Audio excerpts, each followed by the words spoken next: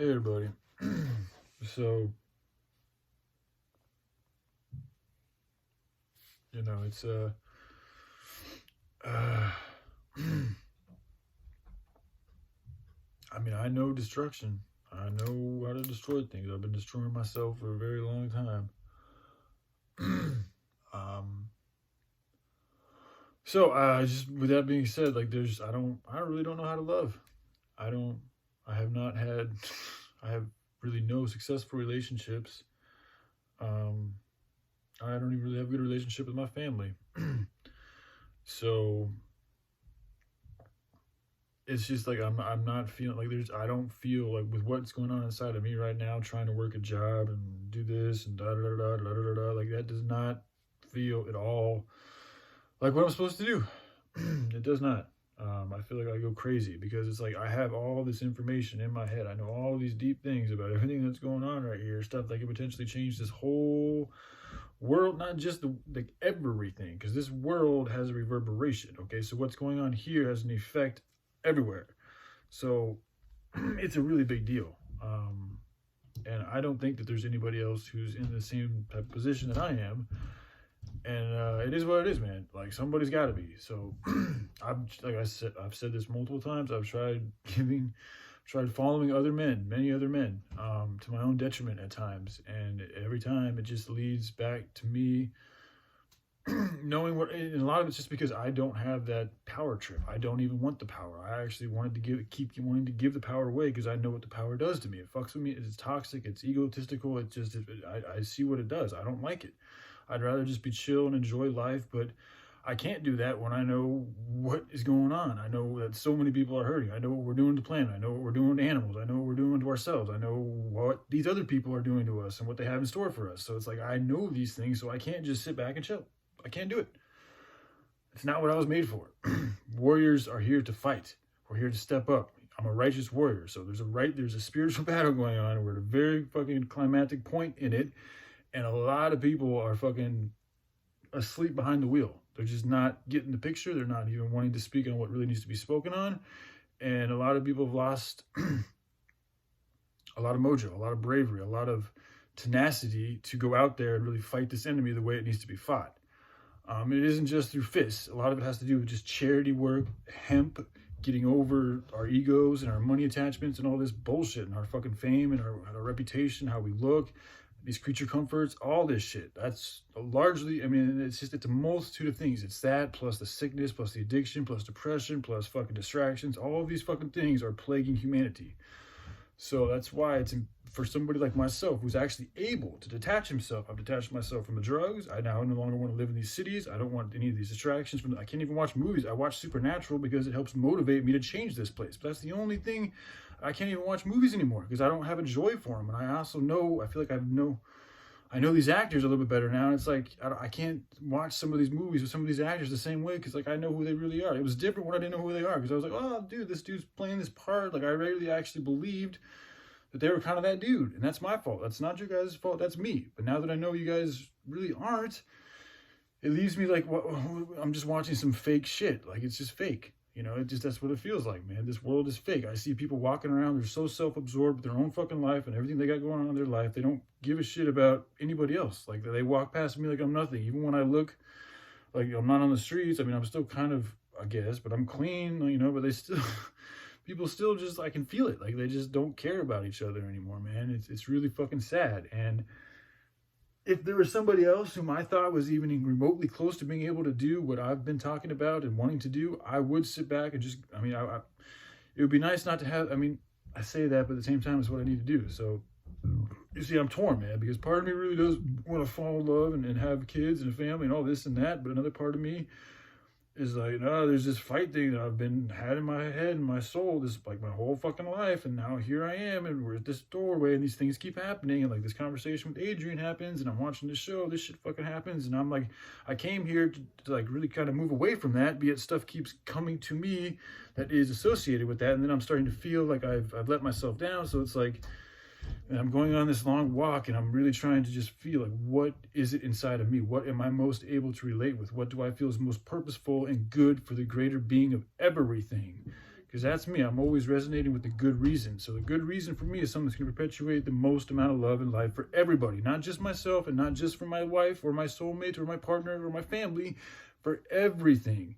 So me choosing to stand up for this world, this planet, this realm, this humanity, and all of life and all the creation, all the plants, that is more important than me wanting to create a family. As hard as that's for me to say, that's the truth. So I need to go. That's what I need to do. That's what I feel compelled to do. That's what I feel is right for me to do. I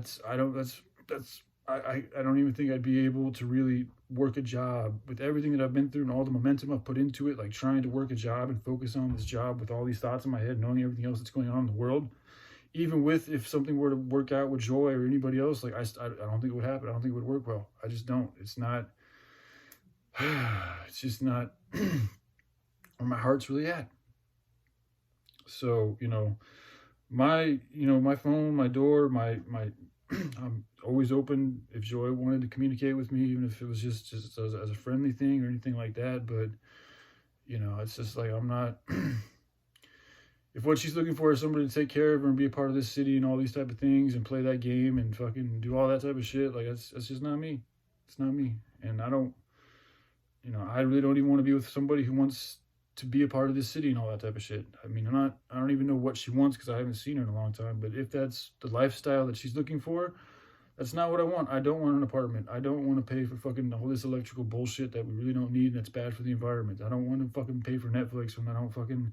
I mean, I like Supernatural, but if I didn't have it, I'd be fine. Yeah, internet's something that I need because it's a tool and stuff like that, and the phone bill. But my mom, she pays for the shit, so I really don't need to. You know what I mean? And I don't mind her paying for it, especially if I'm just using it for good means. I don't watch porn anymore. I don't do anything bad on my phone. I try to use it for goodness. I listen to music that helps inspire me.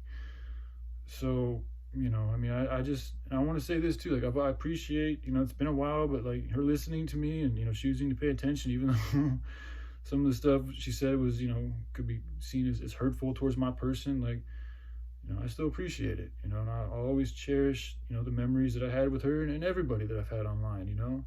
I say a lot of things, but at the end of the day, I don't hate anybody. I don't like sit here steaming and fuming about hating people or feeling bad about shit. Like even my friends, like, I may not like the way you guys do things, but I don't hate you guys, and I don't really even have any heavy hearts. I still don't really want to talk to a lot of you guys, but I still love y'all, if that makes sense. So, it's like when I came back from New Orleans and Pops told me what my angel was. He told me I was the angel of peace. And before I told my brother that, I was like, "Hey man, what do you think I'm the angel of?" And he said, "The angel of destruction?" And I was like, "Wow." And like the way he said it, like you really believed that I was the angel of destruction. And it always kind of stuck with me. I was like, that's a trip. And I told him, I was like, "No, I'm actually the angel of peace." And he looked at me, he was like, "Oh wow." And I was like, the opposite. But it actually makes sense because when you think about it, the angels, like peace, like if you are peace, like the flip side of peace, the dark side of peace, is something that's completely destructive. So there is that element in me, and I can use my experience with destruction to destroy destruction, and then I will pave a way to allow God to come in, and I will give him the ability, the access, the allowance to allow him to build his kingdom of heaven here, and that's really what I'm here to do, is to just bring every human, to really take out this beast and then fucking give it over to Pops, and he can do the work, and I'm gonna take a break, or I'll just move on. I don't know. That's the way it feels for me. I'm 7 years younger than him. There's things that I've been aware of that he hasn't been as aware of, and it's like he's always kind of been my guardian angel, but and he's even told me, like, I'm the one to do this, like to get this thing going, whatever type of mechanics that takes. I seem to be that integral part that makes it all work. So that's coming from his mouth.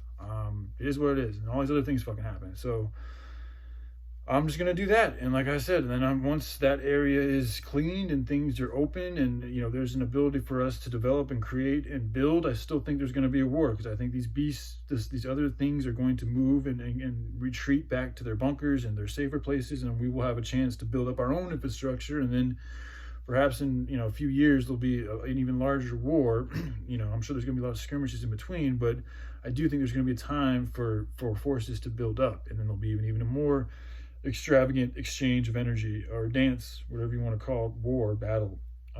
Whether I'm still around for that, I don't know.